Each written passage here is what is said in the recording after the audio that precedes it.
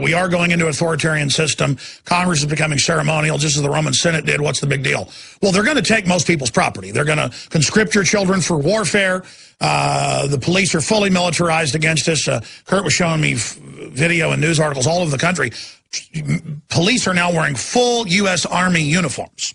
Just it doesn't say U.S. Army. So it's all indistinguishable.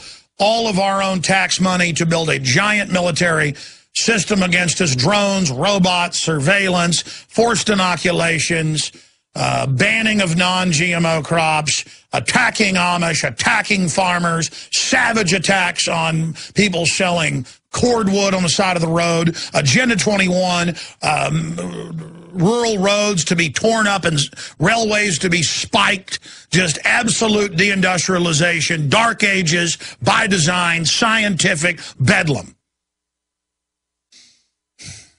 It's here.